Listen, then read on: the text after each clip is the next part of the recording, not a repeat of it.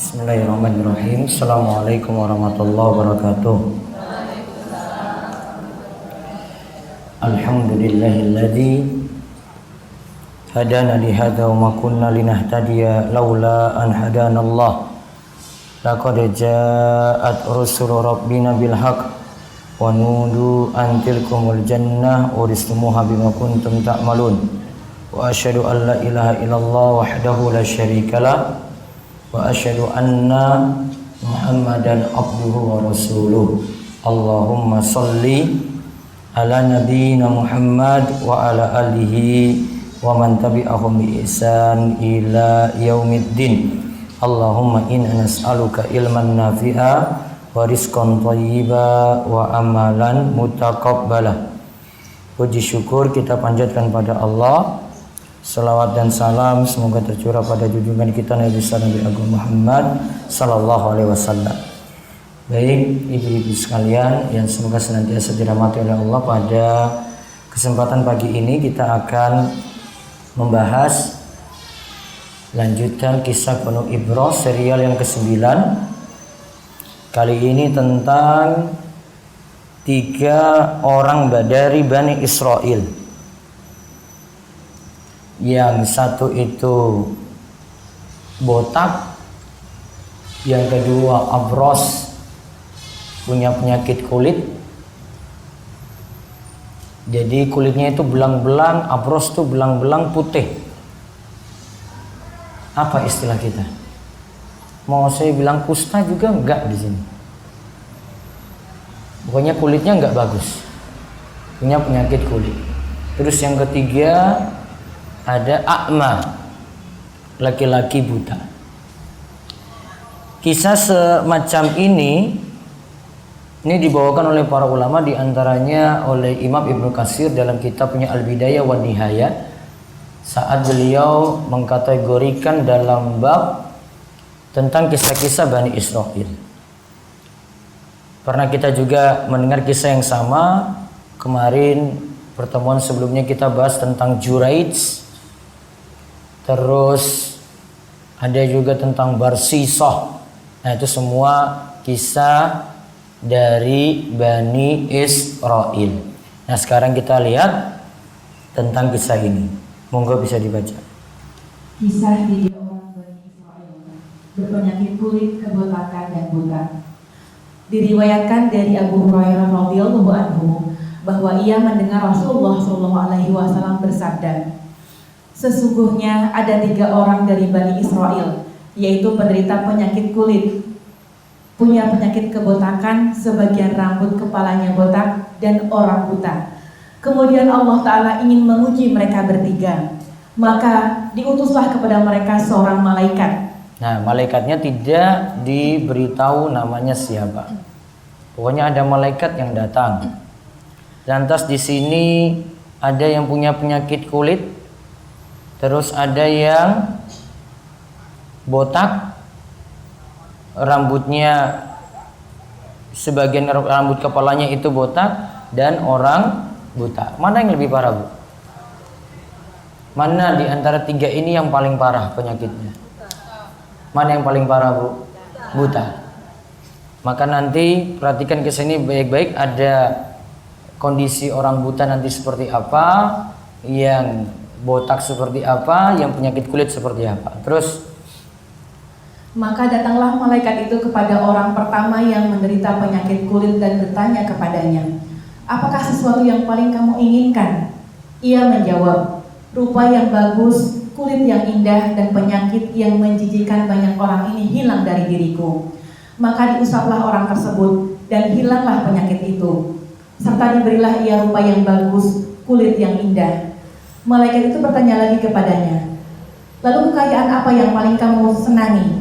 Ia menjawab, unta atau sapi. Maka diberilah ia seekor unta yang sedang bunting, dan ia pun didoakan, semoga Allah melimpahkan berkahnya kepadamu dengan unta ini. Nah, lihat orang pertama yang punya penyakit kulit tadi, dia minta supaya keadaan dia yang membuat orang-orang itu malah menjauh darinya itu hilang. Terus diberikan kulit yang bagus. Setelah diusap oleh malaikat lakukan sebab ketika itu, diusaplah orang ini, lantas setelah itu ditawarkan lagi, kamu mau kekayaan apa? Harta apa yang kau inginkan? Maka dijawab, antara pilihan tadi unta atau sapi, dia milih unta. Dan ketika itu dia mendapatkan unta yang bunting, artinya dalam keadaan hamil, berarti nggak butuh lagi pejantan. Setelah itu nanti ya beranak lagi dan punya unta yang banyak. Lantas dia didoakan oleh malaikat tadi, semoga Allah melimpahkan berkahnya kepadamu dengan unta ini. Berarti didoakan berkah. Ya, dia didoakan berkah. Dan nanti setiap orang dalam cerita ini nanti akan didoakan keberkahan yang sama. Terus lanjutan. Kemudian malaikat tadi mendatangi orang yang punya penyakit kebotakan dan bertanya kepadanya, apakah sesuatu yang paling kamu inginkan? Ia menjawab, rambut yang indah dan apa yang menjijikan banyak orang ini hilang dari diriku. Maka diusaplah kepalanya, dan seketika itu hilanglah penyakitnya, serta diberilah ia rambut yang indah. Malaikat tadi bertanya lagi, harta apakah yang kamu senangi? Ia menjawab, sapi atau unta. Maka diberilah ia seekor sapi yang sedang bunting dan didoakan, semoga Allah memberkahimu dengan sapi ini. Nah, lihat yang kedua, yang botak. Ditanya lagi, dia inginkan apa? Dia ingin rambutnya itu tumbuh supaya penampilannya dengan rambutnya itu bagus. Setelah itu ditawarkan lagi, apa yang harta yang kau inginkan? Al-bakar awil ibil, sapi ataukah unta? Maka dia diberikan sapi. Sapinya juga baqaratan hamilan, sapi yang dalam keadaan bunting. Setelah itu didoakan, barakallahu laka fiha, semoga Allah memberikan keberkahan untukmu pada hewan tadi, yaitu sapi tadi. Jadi orang kedua yang botak ini diberikan hewan ternak apa? Sapi. Yang pertama tadi apa? Unta. Jadi diingat ya, yang tadi penyakit kulit itu unta, terus yang botak ini diberi sapi. Sekarang orang ketiga. Kemudian malaikat tadi mendatangi orang yang buta dan bertanya kepadanya, apakah sesuatu yang paling kamu inginkan? Ia menjawab, semoga Allah berkenan mengembalikan penglihatanku sehingga aku dapat melihat orang. Maka diusaplah wajahnya, dan seketika itu dikembalikan oleh Allah penglihatannya. Malaikat itu bertanya lagi kepadanya, harta apakah yang paling kamu senangi?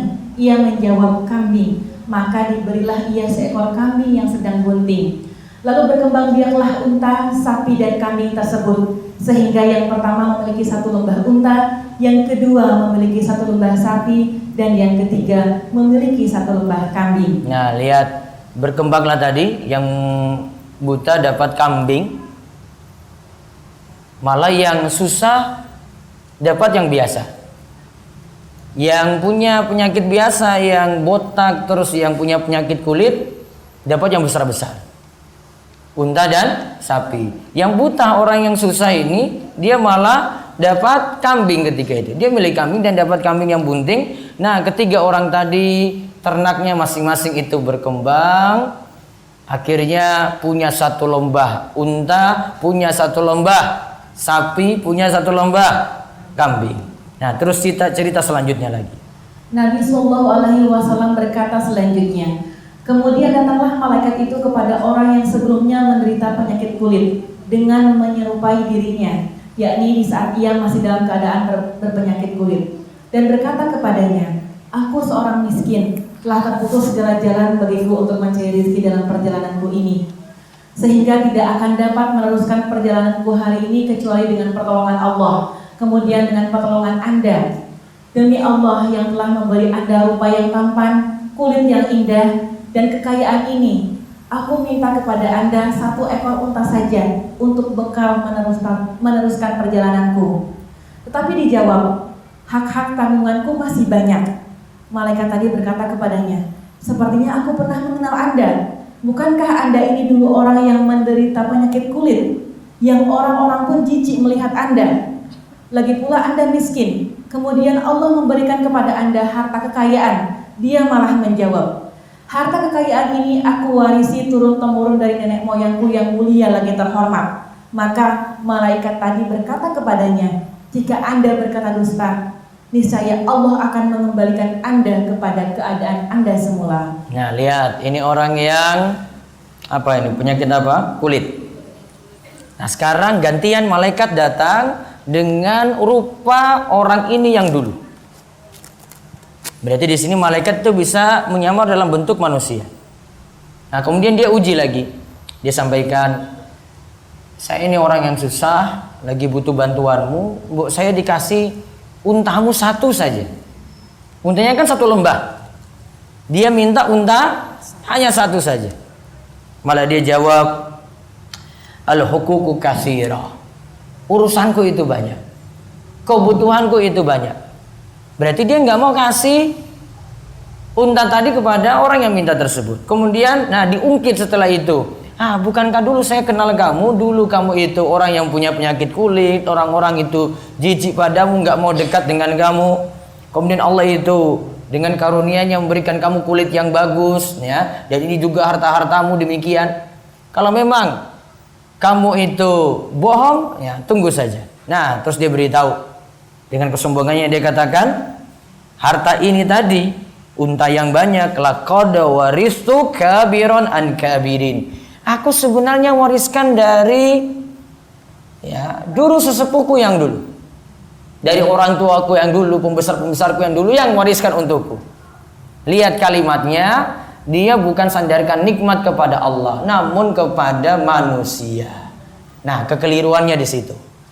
Nah, setelah itu malaikat katakan, jika engkau dusta, maka nanti Allah akan mengembalikan lagi keadaanmu seperti dulu. Terus orang yang kedua.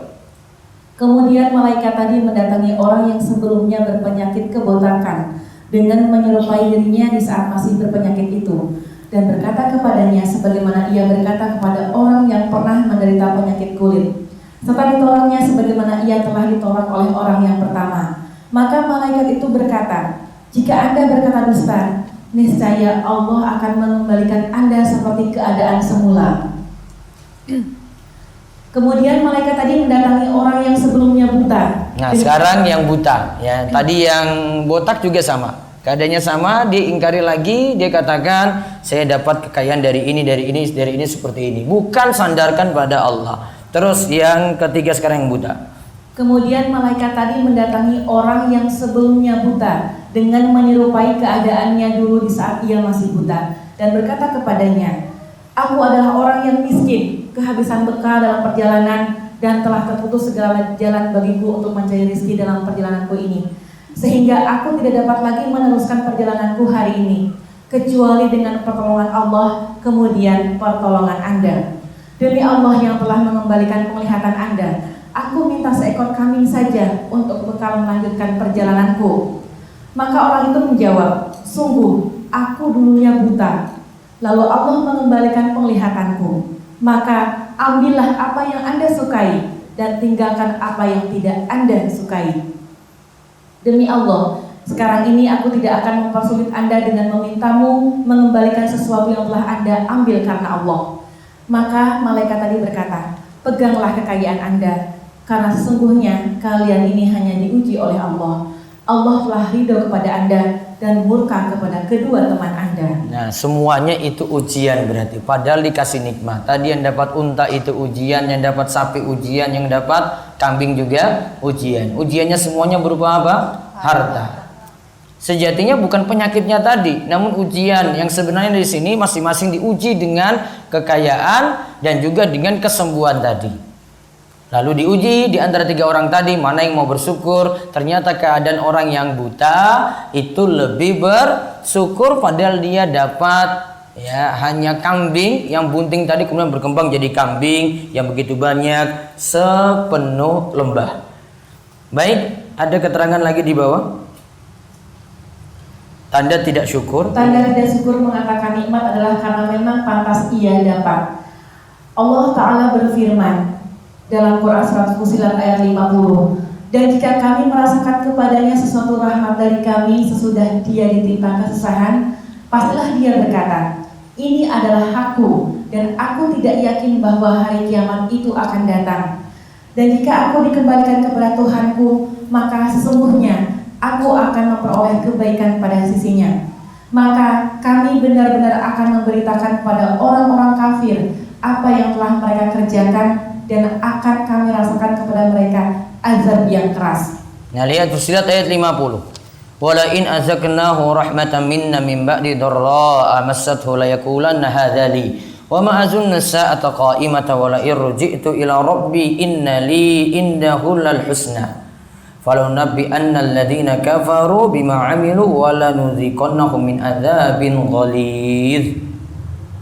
Dan jika kami merasakan kepadanya suatu rahmat dari kami sesudah dia ditimpa kesusahan. Nah, itu persis kayak orang-orang tadi itu. Sebelumnya kan susah. Setelah itu dikasih rahmat. Pastilah dia berkata, ini adalah hakku. Kamu dapat unta tadi karena apa? Ya, ini karena memang saya pantas untuk beroleh. Ini adalah hakku dan aku tidak yakin bahwa hari kiamat itu akan datang. Nah, keyakinan orang kafir lagi seperti itu, tidak meyakini hari kiamat. Dan jika aku dikembalikan kepada Rabbku, maka semuanya aku akan memperoleh kebaikan pada sisinya. Maka kami benar-benar akan memberitakan kepada orang-orang kafir apa yang telah mereka kerjakan, dan akan kami rasakan kepada mereka azab yang keras. Ayat ini jadi judul bab dalam sebuah kitab yang ini sangat masyhur sekali, namanya Kitab Tauhid karya Syekh Muhammad bin Abdul Wahab. Beliau dari awal kitab itu membuka dengan pembahasan tauhid, lalu merinci pembahasan syirik, kemudian beliau ingatkan tentang kesalahan orang yang menyandarkan nikmat itu pada diri sendiri, tidak mau menyandarkan nikmat kepada Allah. Kesalahannya adalah tidak mau menyandarkan nikmat kepada Allah. Katakan, itu saya pintar, saya memang dari dulunya sudah kaya seperti ini, memang karena keluarga saya seperti ini. Harusnya dilakukan puji Allah dulu. Alhamdulillah, ini nikmat dari Allah. Alhamdulillah, ini Allah yang beri. Alhamdulillah, kalau tidak atas kehendak Allah nggak mungkin saya bisa seperti ini. Gitu dulu. Namun dua orang tadi tidak sandarkan seperti itu. Sama jawabannya. Ini karena memang usaha saya, ini karena memang kerja keras saya. Wah, ini memang karena saya dapat warisan seperti ini. Padahal sejatinya yang beri Allah, walaupun yang lain itu kasih jadi sebab gitu. Jadi tetap harus ada ucapan syukur pada Allah. Sederhana yang kita belajar, Bu. Cuma kita diajarkan pandai-pandai menyandarkan nikmat kepada Allah. Kunci pembahasan Syekh Muhammad bin Abdul Wahab itu adalah dengan hadis yang panjang ini, cuma itu. Itu tanda orang yang punya tauhid yang bagus, punya iman yang bagus, dengan orang yang tidak punya iman yang bagus. Kalau orang yang beriman, apapun dia sandarkan pada Allah. Dapat apapun itu, ujung-ujungnya alhamdulillah dulu. Dapat apa lagi? Alhamdulillah lagi. Baik yang besar maupun yang kecil disyukuri tadi. Jadi ini bedanya ya, ahli tauhid, ahli iman dengan orang yang tidak bertauhid, tidak beriman. Nah, ini perlu dijelaskan ini bukan hanya tentang masalah syirik kita bahas.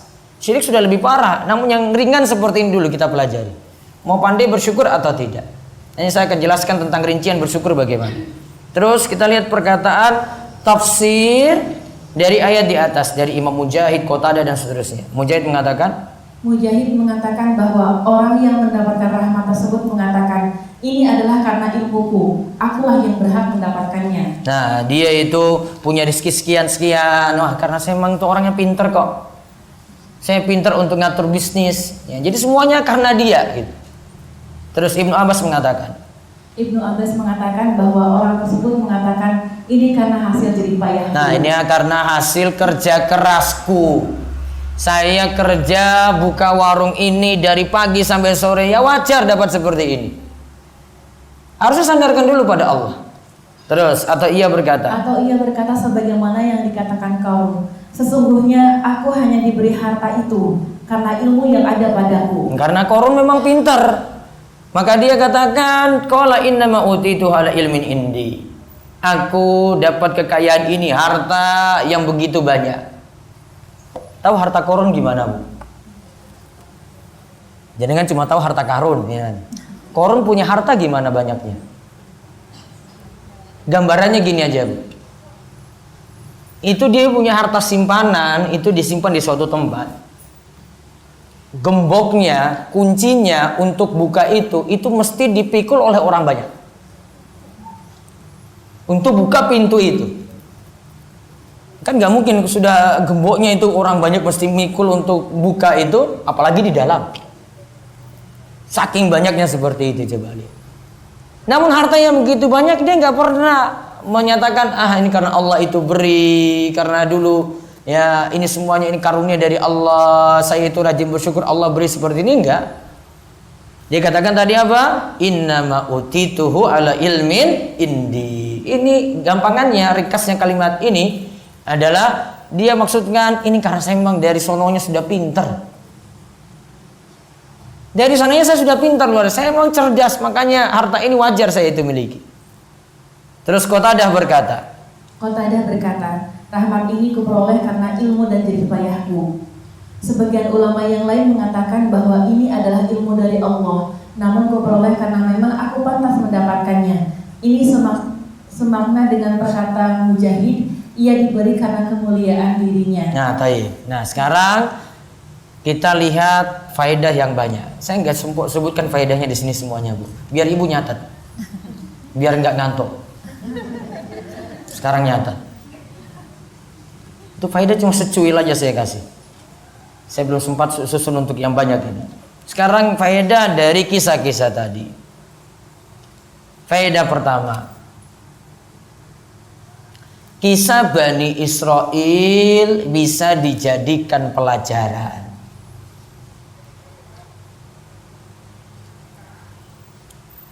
Kisah Bani Israel bisa dijadikan pelajaran. Walaupun ingat ya, itu bukan kisah di masa hidupnya Kanjeng Nabi. Bukan kisah sahabat-sahabat Nabi. Bukan kisah di zaman beliau hidup, di zaman Nabi SAW hidup. Ini sebelumnya. Kalau disebut Bani Israel, ya, kalau disebut Bani Israel berarti generasi dari masanya Nabi Yakub keturunannya. Karena Yakub nama lainnya itu Israel. Diingat baik-baik itu. Nabi Yakub nama lainnya itu Israel. Sudah pernah saya sebutkan? Sudah. Berapa istrinya Yakub? 4. Hafal namanya. Leah, Rahel, Zulfa, Bilha. Terus Yusuf Binyamin anak dari siapa? Rahel. Dari 12 anak ini, nah itulah suku besarnya Bani Israel. Suku besarnya Bani Israel dari 12 anak ini, 12 putra ini.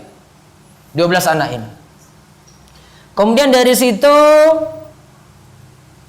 lahirlah bangsa Yahudi itu ya. Yahudi itu ya Bani Israel tadi.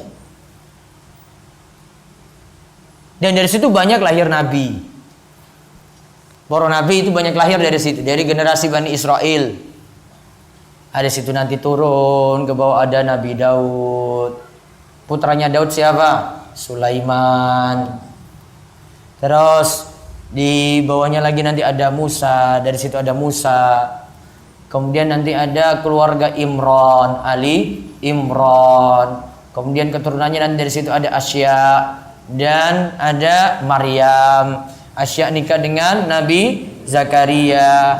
Kemudian menghasilkan anak Yahya bin Zakaria. Kemudian Maryam ditiupkan ruh oleh Allah pada rahimnya. Lahirlah seorang putra tanpa bapak dari rahim yang suci, yaitu Nabi Isa alaihissalam.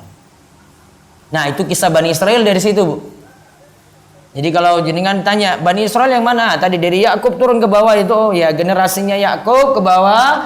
Nah, itu namanya Bani Israel. Ada cerita-cerita ini.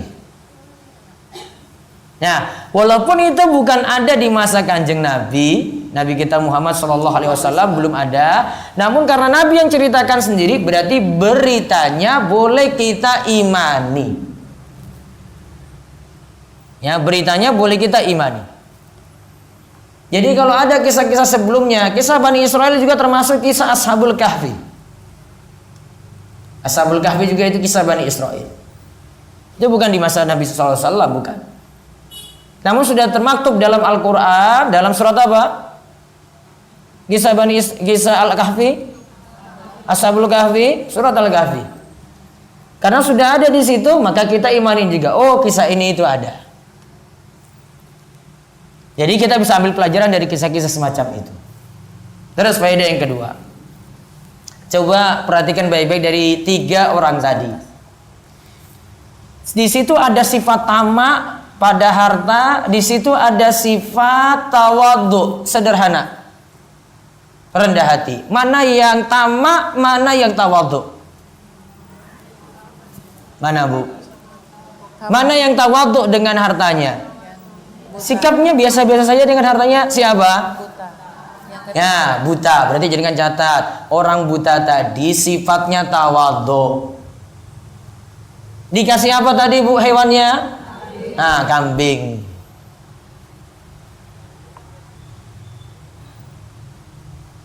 Kemudian yang 2 lagi apa tadi? Yang botak dengan yang penyakit kulit, sifatnya apa? Rakus harta. Rakus plus pelit. Iya enggak? Pelit enggak, Bu? Nah, 2 sifat ini kalau digabungkan namanya syuh. S-Y-U-H-H. Syuh. Itu yang Allah sebut dalam surat Al-Hasyr. Wa may yuqashuha nafsihi fa ulaika humul muflihun. Al-Hasyr ayat 8. Siapa yang selamat dari sifat syuh. Syuh itu 2 sifat tadi. Rakus plus pelit. Maka dia termasuk orang-orang yang beruntung. Selamat dari sifat syuh. Makanya di antara doa yang ibu mesti minta adalah diselamatkan dari sifat ini. Di antara doa yang disusun dari ayat tadi, wa may yuqashuha nafsihi fa ulaika humul muflihun, disusun oleh Syekh Said bin Wahab Al-Qahtani dalam kumpulan doa-doa beliau. Beliau rangkai doa dari ayat tadi menjadi Allahumma kini syuhan nafsi waj'alni minal muflihin. Catat doanya. Doanya tadi, doa selamat dari sifat rakus dan pelit. Apa bahasa Jawa ini pelit? Nah, catat itu lagi biar ngerti gitu. Allahumma qini, pakai Q ya. Allahumma qini, Q-I-N-I-I, double I-nya. Allahumma kini syuha, S-Y-U double H-A, syuha, S-Y-U double H-A, syuha nafsi, waj'alni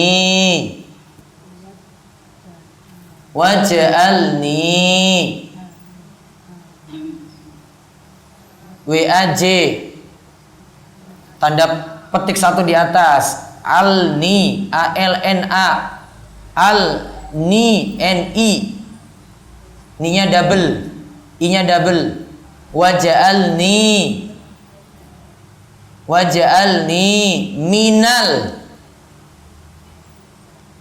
minal muflihin.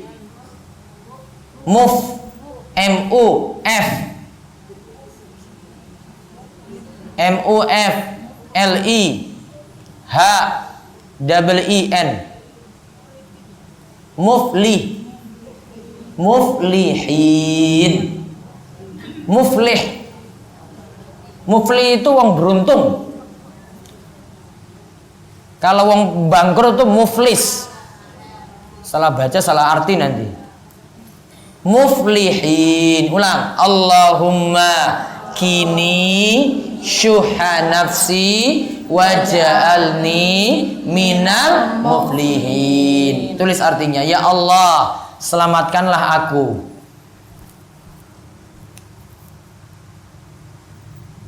Ya Allah, selamatkanlah aku dari sifat syuh. Syuh tadi apa, Bu? Nah, dalam kurung rakus plus pelit.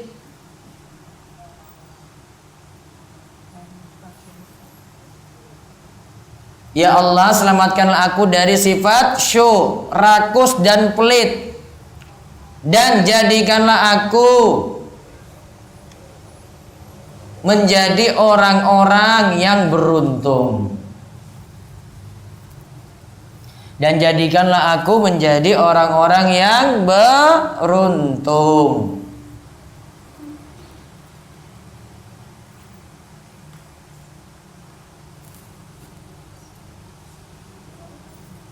Jadi ya, diulang. Tadi sifatnya orang yang buta tadi apa sifatnya?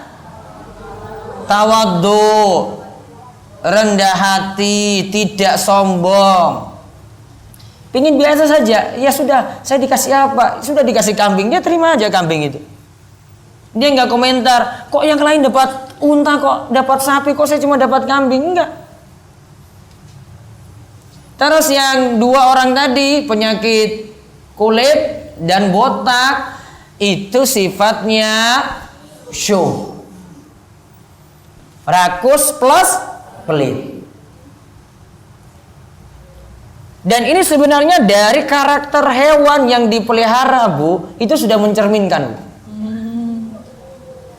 Orang yang memelihara kambing biasanya orang yang tawadhu.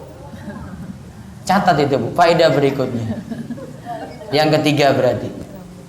Orang yang memelihara kambing biasanya orang yang tawadhu.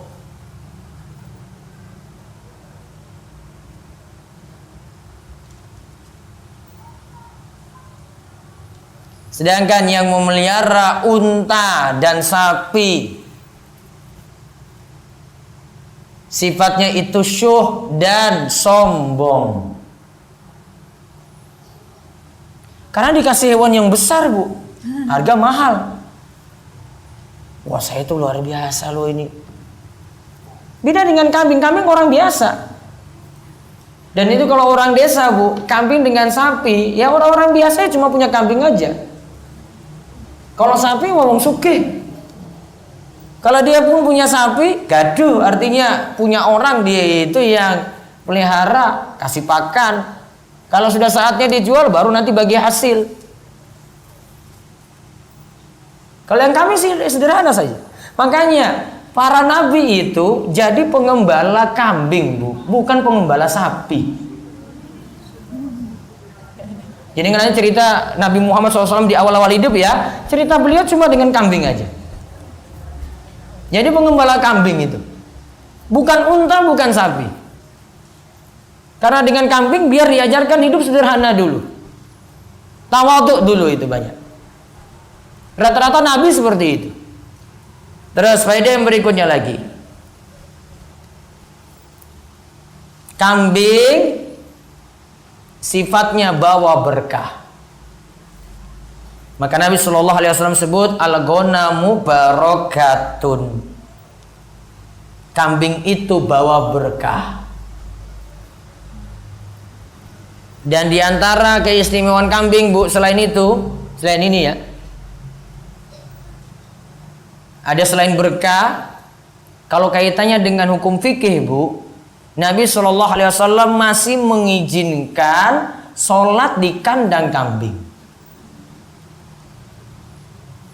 tidak mengizinkan sholat di kandang unta.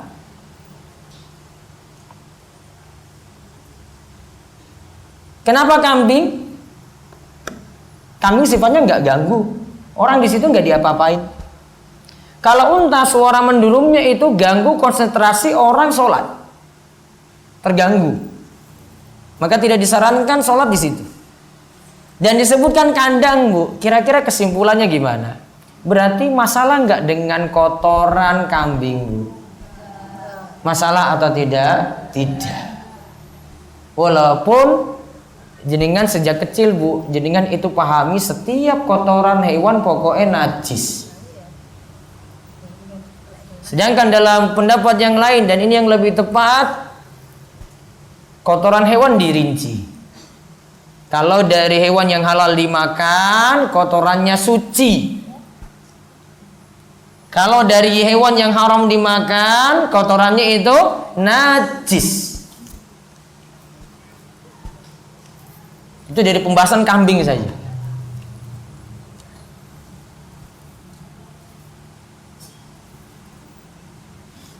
Terus yang berikutnya lagi, faedah yang berikutnya. Kita diperintahkan menyandarkan nikmat pada Allah. Siapa yang tadi yang lakukan di antara 3 orang ini, siapa tadi, Bu? Yang sandarkan pada Allah siapa? Orang buta. Nah, contoh itu tadi orang buta. Dan tidak boleh menyandarkan nikmat pada diri sendiri atau kepintaran kita. Nggak boleh. Kalau mau cuma ikutan, Bu, jenengan ucapkan dulu, kita ucapkan dulu, alhamdulillah saya dapat hasil seperti ini. Nah, terus baru jenengan tambah, ini juga karena saya belajar kemarin, ini karena saya kerja keras. Namun awalnya apa dulu? Alhamdulillah. Puji syukur dulu pada Allah.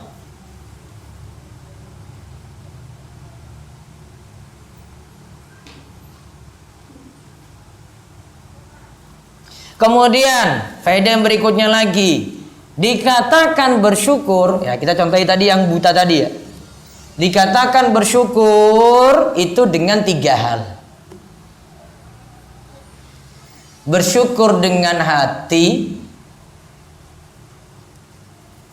bersyukur dengan lisan, bersyukur dengan anggota badan. Karena tadi yang buta tadi, dia cara syukurnya ya.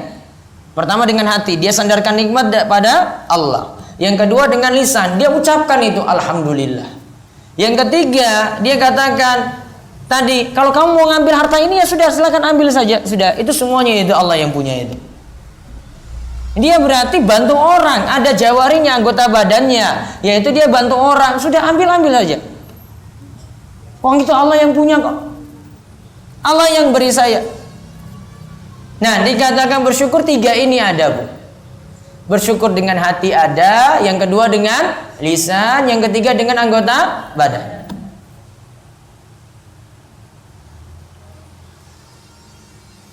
Kemudian di sini juga ada bentuk doa diajarkan. Ada berapa bentuk doa di sini? Yang pertama, jangan lupa doakan keberkahan pada orang. Jadi kalau kita beri sesuatu pada orang, doakan berkah. Ya Allah, mugi-mugi panjenengan dengan harta ini tambah berkah gitu. Tadi kan didoakan kan tadi, yang dapat unta didoakan. Allahumma barakallahu fiha. Ya Allah, berkahilah dia itu dengan hewan ini. Yang kedua, sapi juga sama, malaikat doakan lagi. Yang ketiga, kambing juga sama, didoakan semuanya. Jadi jangan lupakan doa berkah. Terus ada lagi doa yang bagus tadi dari malaikat. Ya, yang tadi pada si buta tadi, pada yang buta tadi. Yaitu doanya, doa itu boleh dikaitkan dengan kehendak Allah. Jadi biar Allah yang tentukan.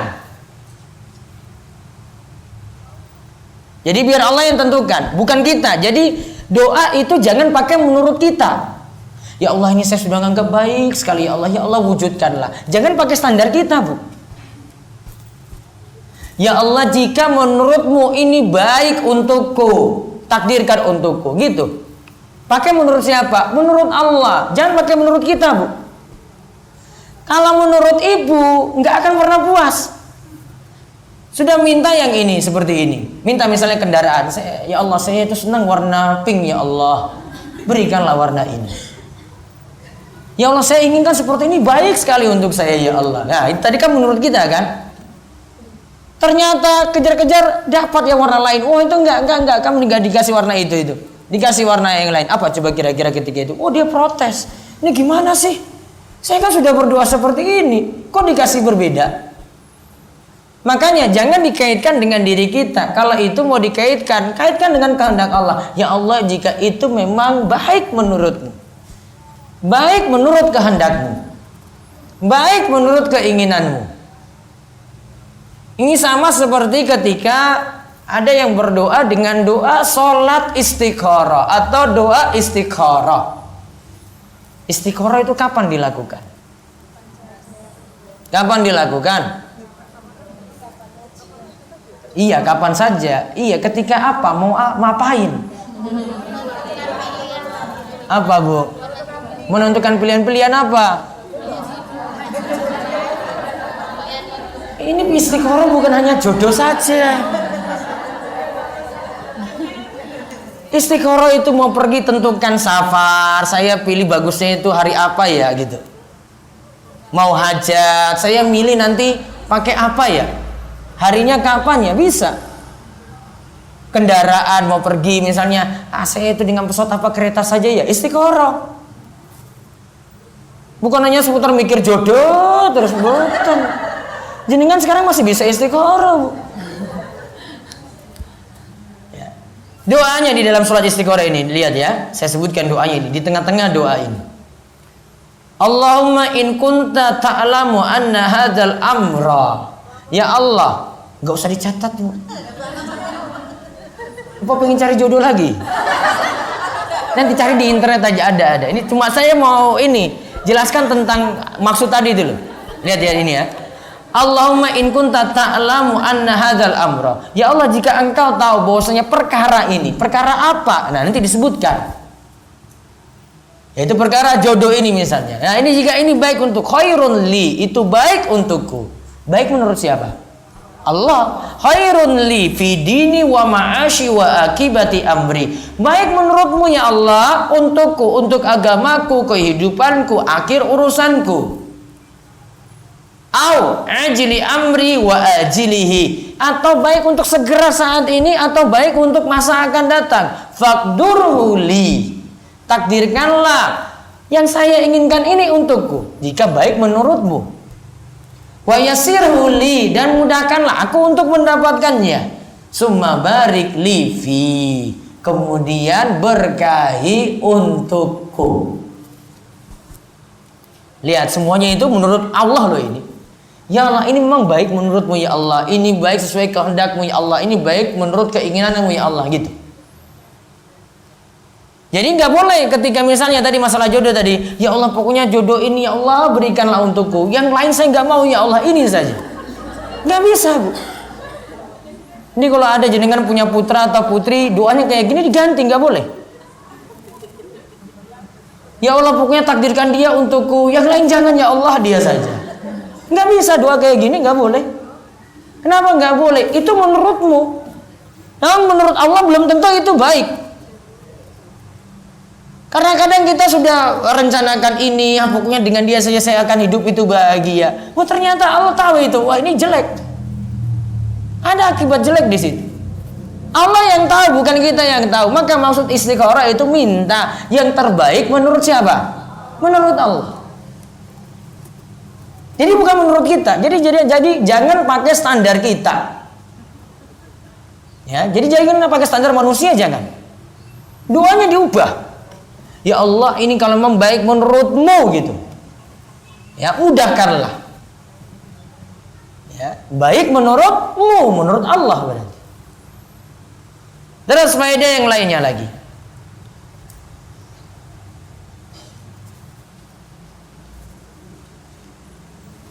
Bentuk ujian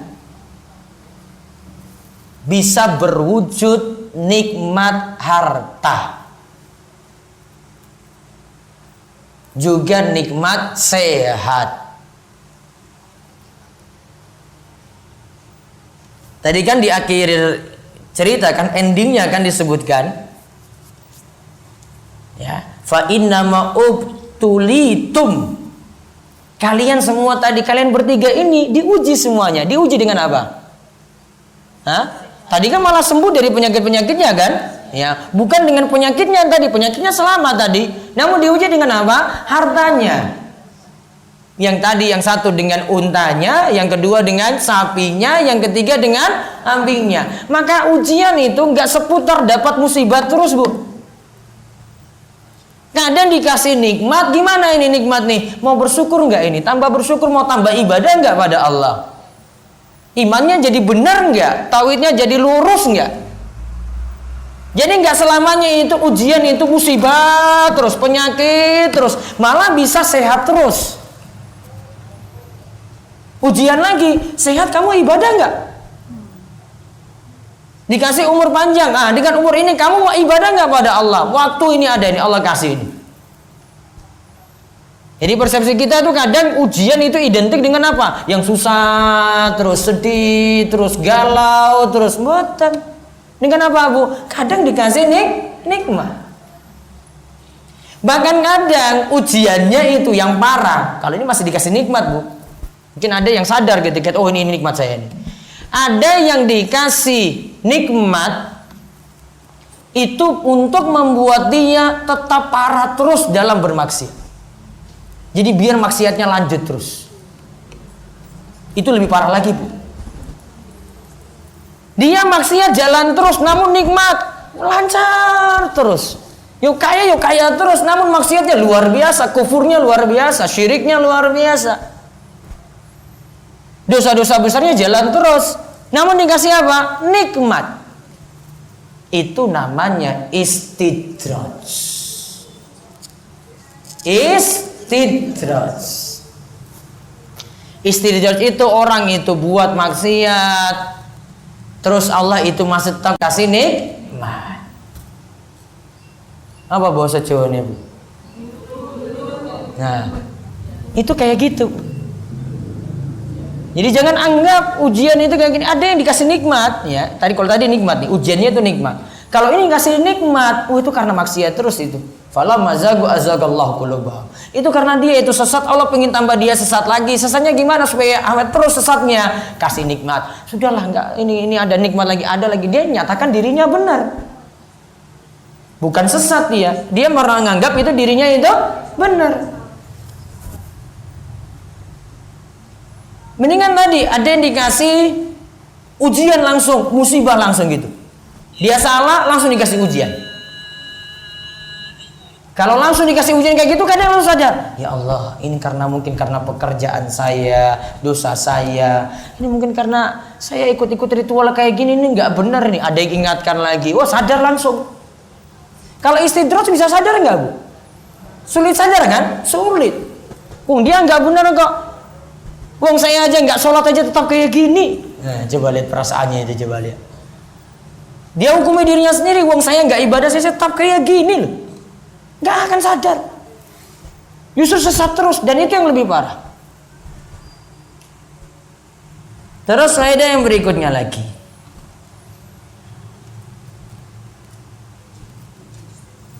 Ibu sudah catat berapa faedah situ? Ya wes 7, 8, ya terserah. Sekarang lihat. Nanti baru jenengan tuliskan ya. Tadi lihat. Tadi dari satu unta bertambah enggak? Tambah. Terus satu sapi bertambah enggak? Tambah. Kambing juga sama, Ji? Sama. Kira-kira berkahnya harta itu bertambahnya tadi, ya, berkahnya harta atau baiknya harta tadi itu bertambah atau harta tadi itu dimanfaatkan untuk kebaikan? Mana, Bu? Yang berkah yang mana? Hartanya nambah terus, atau harta tadi ada namun dipakai untuk kebaikan terus? Mana, Bu? Yang berkah yang mana? Nah, maka tulis berkahnya harta itu bukan dari bertambah. Jadi jangan lihat dari banyaknya tadi, Bu. Berkahnya harta itu bukan dari bertambahnya.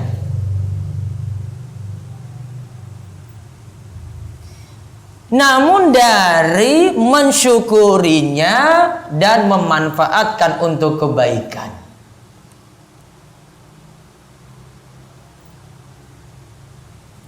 Makanya tadi A'ma tadi itu Bu, lihat yang buta tadi gimana tadi coba? Hartanya dia suruh apa tadi? Sudah kalau kamu ambil aja, sudah ambil aja. Dia mau bantu yang susah tadi loh. Kalau kamu ambil aja, karena dia nganggap berkah saya bukan di situ. Mau hilang, namun saya sudah manfaatkan ini, hilang ini malah manfaat untuk orang lain. Orang lain dapat berkah enggak? Dapat berkah juga, dapat manfaat lagi. Dia enggak pandang ini sudah, ini kalau kurang nih gimana ini? Enggak, dia enggak permasalahkan itu. Dia ada kamu ambil aja lah. Ini Allah yang beri kok. Kalau ini habis sudah, ini karena untuk jalan kebaikan, sudahlah. Ini Allah yang beri. Dia kan anggapannya kayak gitu. Dia bukan nganggap, wah ini berkahnya ini karena nambah terus, enggak. Kalau kayak gitu tadi, wah jadi nanti seperti dua orang sebelumnya. Maka berkah harta itu jangan dilihat dari bertambahnya. Mau dipakai untuk apa tuh harta tadi? Maka kalau kita wujudkan syukur tadi untuk harta, berarti gimana hati kita dengan harta tersebut, gimana lisan kita mau bersyukur enggak dengan anggota badan, berarti harta ini dipakai, dimanfaatkan untuk kebaikan-kebaikan ketaatan. Itu baru jadi berkah. Jadi kadang orang itu hartanya punya, namun selalu keluar terus. Keluarnya nggak miliki. Dia cuma untuk kebutuhannya saja, seperlunya saja dia. Ya ini dikeluarkan untuk sedekah. Wah berkah terus, itu berkahnya banyak. Maka itu yang diinginkan dari si A'ma tadi, yang buta tadi, dia inginkan kayak gitu. Dia nggak mau tahan terus kayak si botak tadi dan yang punya penyakit kulit tahan terus. Dia bilang kuku kasirah. Saya punya urusan tuh banyak sekali, urusanku pasti banyak. Mungkin dia mau kembangkan bisnisnya, mau kembangkan apa gitu, enggak. Ada waktu untuk sedekah. Itu biar jadi berkah tadi. Mau gunakan untuk sedekah, mau gunakan untuk ibadah, mau gunakan untuk umroh, mau gunakan untuk haji. Wah itu berkah semua itu. Gunakan untuk gitu. Nggak ditahan terus kayak si buta, si botak dan yang tadi penyakit kulit tadi. Dia tahan terus. Dia nganggap kalau tahan ini mungkin nanti berkah untuk dia, enggak pada. Maka si buta tadi nggak khawatir, dia keluarkan lagi. Kemudian faedah yang selanjutnya lagi.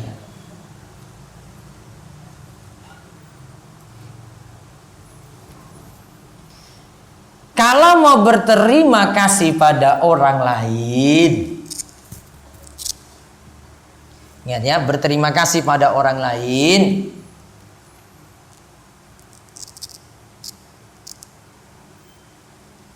Maka tidak boleh disejajarkan bentuk terima kasihnya dengan Allah.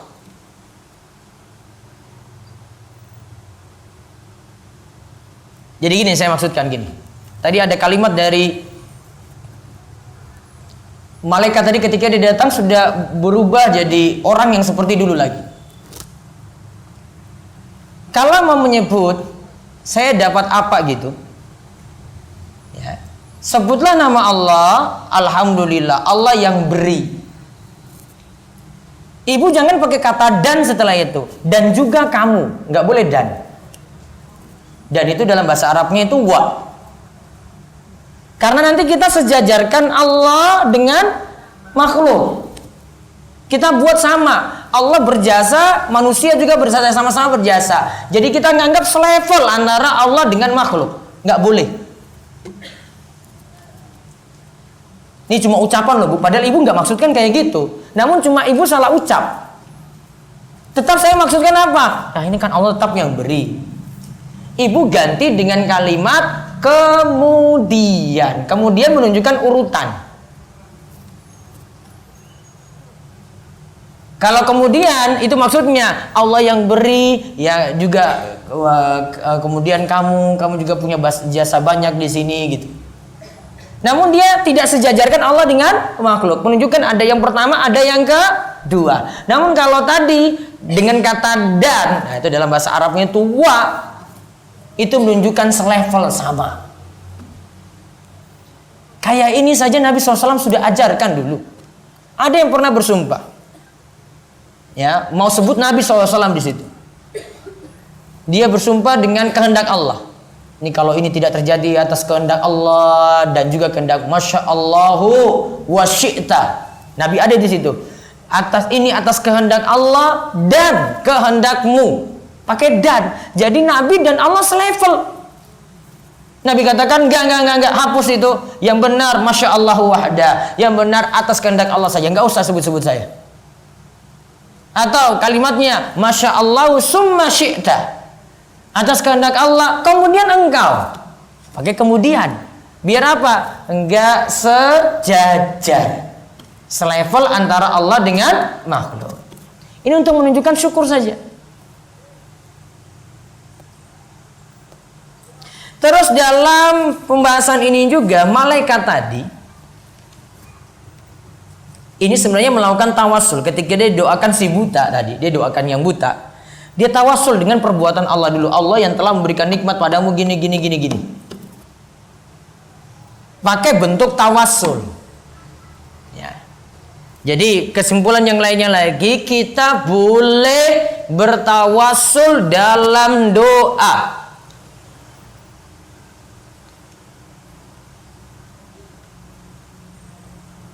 Kita boleh bertawassul dalam doa.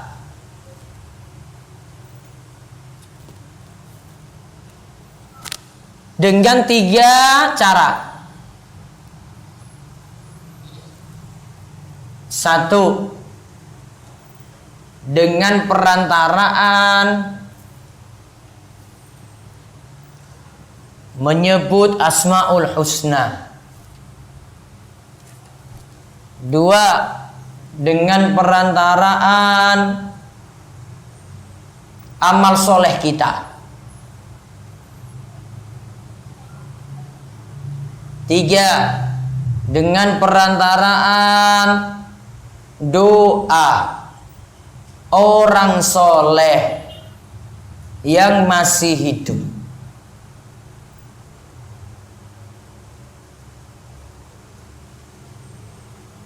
Ulang, yang pertama tadi dengan apa, Bu? Jadi tawasul itu perantara ya. Jadi kalau masuk dalam doa ada perantara-perantara dulu. Yang pertama apa? Asmaul Husna. Ditambahkan lagi sifat-sifat Allah. Terus yang kedua dengan apa? Perantaraan dengan amal soleh kita. Amal soleh kita sebut, Bu. Ini yang pernah kita bahas kemarin tentang 3 orang yang tertutup dalam gua. Masing-masing berdoa sebutkan amal solehnya sendiri-sendiri. Terus yang ketiga, tawasul dengan doa orang soleh yang masih hidup. Tawasul cuma 3 ini saja. Selain 3 ini terjatuh dalam bid'ah, terjatuh dalam syirik. Selain dari 3 ini nanti terjatuh dalam bid'ah, terjatuh dalam syirik.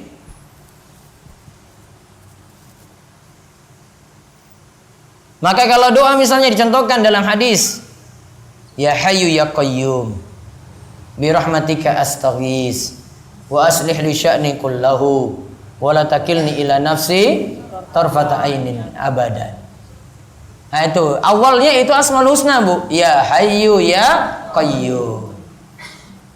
Atau jenengan berdoa Ya Rahman Ya Rahim Ya Ghafur Ighfirli. Ada juga muji Allah dulu. Ada dengan amal soleh, ada dengan doa orang soleh yang masih hidup. Terus faedah yang terakhir, al jaza'u min jinsil amal. Balasan itu sesuai dengan amal perbuatan. Lihat, Bu, tadi balasan untuk yang buta beda dengan balasan untuk si botak dan yang punya penyakit kulit. Yang tadi yang buta tadi bersyukur sekali, Masya Allah. Dia hidupnya tawadhu, kemudian dia bersyukur. Ditanya ini nikmatnya siapa, yang ini kamu dapat dari mana? Jawab Allah yang beri. Kalau kamu mau ambil ya monggo silakan ambil. Balasannya apa? Mau dikasih tadi harta kepada malaikat tadi, malaikat bilang sudah, ini ujian saja untukmu. Tidak kamu itu beda dengan dua temanmu yang lainnya. Yang lainnya apa? Tidak mau bersyukur, balasannya apa? Awas kamu kalau kamu bohong, kata malaikat tadi. Kalau kamu itu bohong, Allah nanti akan tarik lagi semua nikmat-nikmatmu. Sesuai dengan perbuatannya. Yang satu bersyukur, yang satu tidak bersyukur. Yang bersyukur akan dibalas dengan kebaikan, yang tidak bersyukur akan dicabut nikmat-nikmat yang ada. Wallahu a'lam bishawab. Tadi ada pelajarannya, itu sudah ringkasan sama dengan tadi. Ya, sudah ringkasan sekitar poin 10 atau 9 tadi dari yang saya sebutkan. Baik, cukup. Ada pertanyaan? Baik, mudah-mudahan yang dirahmati Allah Subhanahu wa taala, ada yang biasanya sudah menulis di secari kertas untuk pertanyaan atau tanya langsung monggo. Boleh tanya langsung, silakan boleh. Anak minta doa ke ibu. Mau ikut tes perusahaan, terus ibu doakan, sebutkan nggak nama perusahaannya? Nggak. Doanya, ya Allah berikanlah kepada anak saya rizki yang terbaik, pekerjaan yang halal, rizki yang penuh barokah, gitu. Karena bisa jadi bukan di perusahaan itu, Allah ganti dengan perusahaan yang lain yang lebih baik. Jangan sebut perusahaannya. Karena nanti ketika nggak masuk situ, ibu kecewa malahan. Ya Allah, no, kemarin saya sudah berdoa kayak gini, kamu kok nggak masuk? Ibu malah nangis-nangis. Karena ibu sudah tentukan, ternyata Allah ganti, kasih perusahaan yang lain. Paham Bu? Ada lagi? Ya.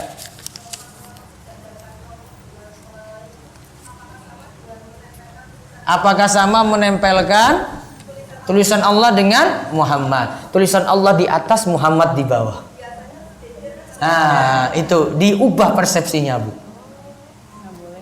Ya. Allah dengan Muhammad diubah.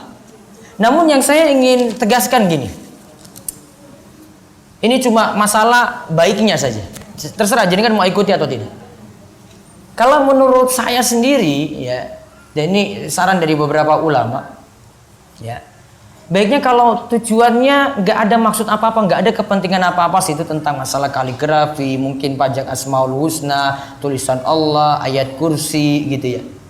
Kalau tidak ada peran punya pengaruh apa-apa, dan mudah-mudahan ibu nggak maksudkan ini untuk jimat gitu, untuk pelindung atau untuk pesugihan, untuk penolak bala gitu ya, maka baiknya nggak dipajang.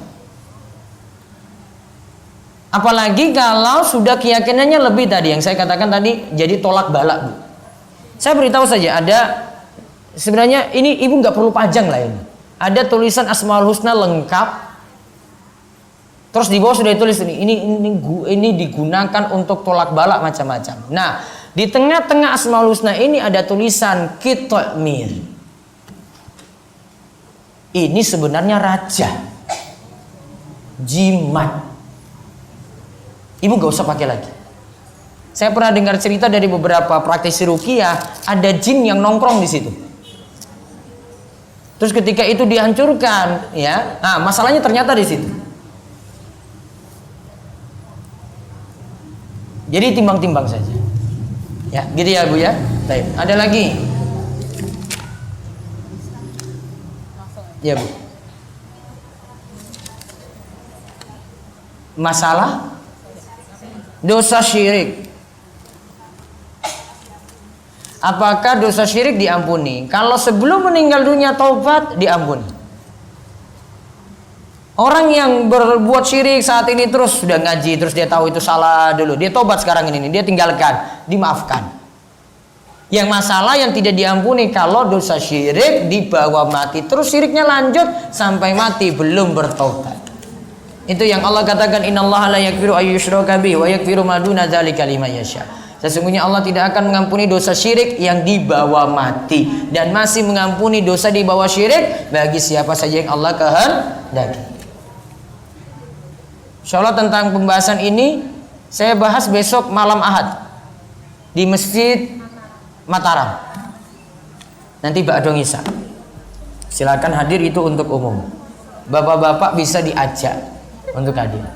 Bagaimana ketika kita bilang ditimpa keburukan karena sedang jauh dari Allah, malas ibadah dan lain, berarti dia sandarkan pada Allah kan? Namun sebenarnya kalimat ini maksudnya dia salahkan dirinya karena jauh dari Allah. Boleh penyesalan seperti itu, namun segera untuk memperbaiki diri. Kalimat juga dikasih rizki yang banyak karena rajin ibadah pada Allah. Nah ini juga namanya menyadarkan diri pada Allah. Maka ini dibolehkan. Kemarin dinyatakan muntahan itu najis. Tapi ada yang lain katakan itu tidak najis. Saya kemarin lagi bahas tentang mazhab Syafi'i. Mazhab Syafi'i itu segala sesuatu yang keluar seperti itu, muntah, nanah, darah, najis semua.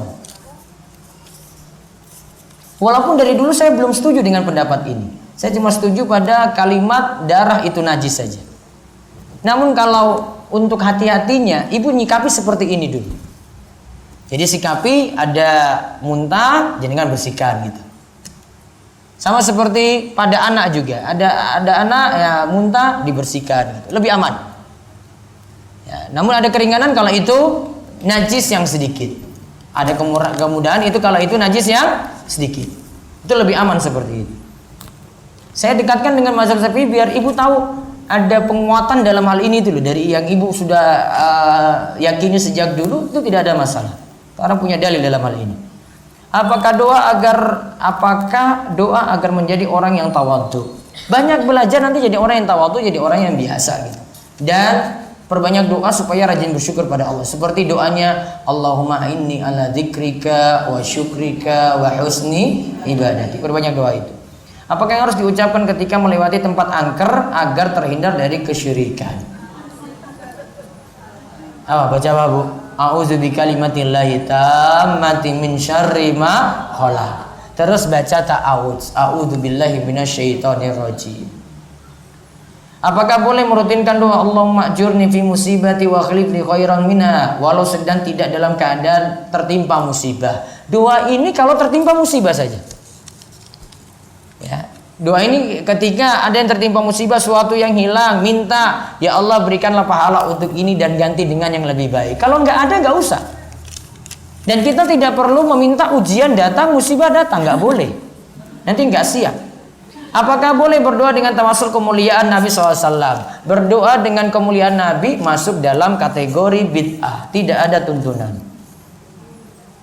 Tadi kalau dikatakan kambing penuh berkah, kalau dikaitkan dengan kurban bagaimana Ustadz? Satu kambing lebih afdol dari 1/7 sapi. Dari sisi Nabi selalu berkurban itu dengan satu hewan penuh utuh. Namun dari sisi manfaat, kambing tetap masih kalah jauh dengan sapi. Kambing 7 dengan 1 sapi tetap masih banyak daging sapi. Maka kalau dari sisi manfaat lebih afdol sapi. Kalau kita bertawasul dengan amal soleh, apakah itu mengurangi pahala amalan soleh yang kita lakukan? Tidak. Amal solehnya pahalanya tidak berkurang. Bagaimana cara mendoakan anak yang belum punya keturunan? Bagaimana cara mendoakan? Didoakan dengan doa secara umum saja Bu. Mudah-mudahan anak segera dikaruniai keturunan. Bagaimana doa agar terhindar dari istidraj? Doanya adalah biar tidak terhindar dari istidraj, minta doa untuk memperbanyak syukur dan rajin ibadah.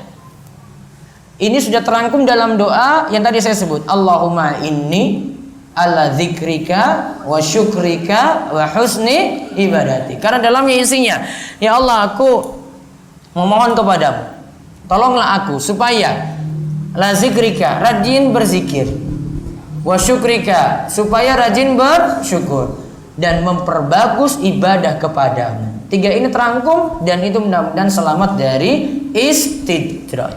Wallahu a'lam bishawab. Ini yang bisa kita bahas. Diumumkan tadi ada kajian nanti malam Ahad Pahing. Besok insya Allah di Masjid Mataram. Silakan untuk hadir, berlaku untuk umum bapak-bapak dan ibu-ibu. Demikian, mudah-mudahan manfaat dan Allah berikan kita taufik dalam ilmu dan amal, menjadi orang yang bersyukur, senantiasa dikaruniai nikmat yang soleh, dan juga Allah memberikan kita taufik untuk istiqomah dan husnul khatimah. Demikian kami cukupkan. Wabillahi taufiq wal hidayah. Wassalamualaikum warahmatullahi wabarakatuh.